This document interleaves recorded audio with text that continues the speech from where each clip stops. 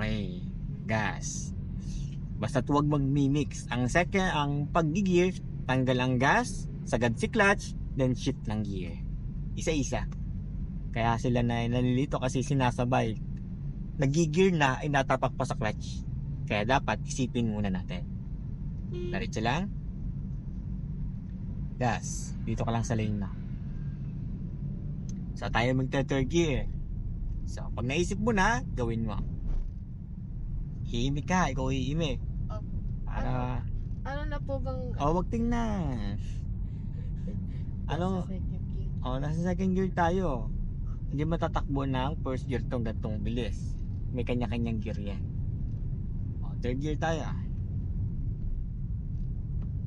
Yan, ganyan.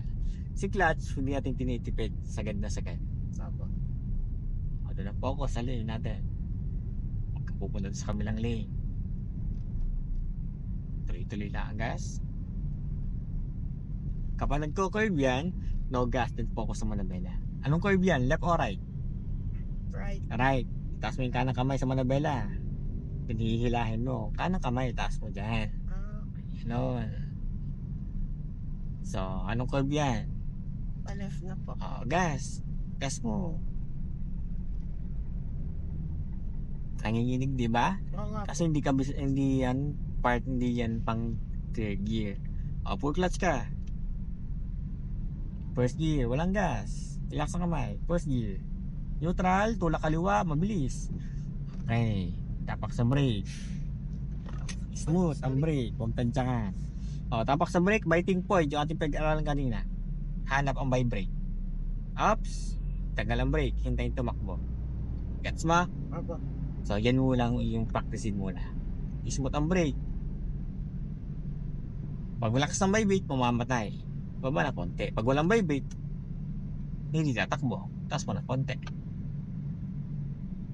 Okay, steady lang dyan. Tagal ang brake. Tatakbo yan. Brake ulit. Pag malakas ng vibrate, baba na konti. Huwag mong sagad. Maghahanap ulit ng biting point.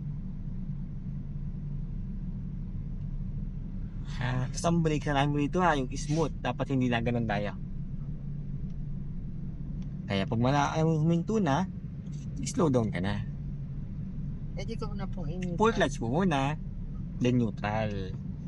Tanggal si clutch. Yan, habang naghihintay. Hindi yung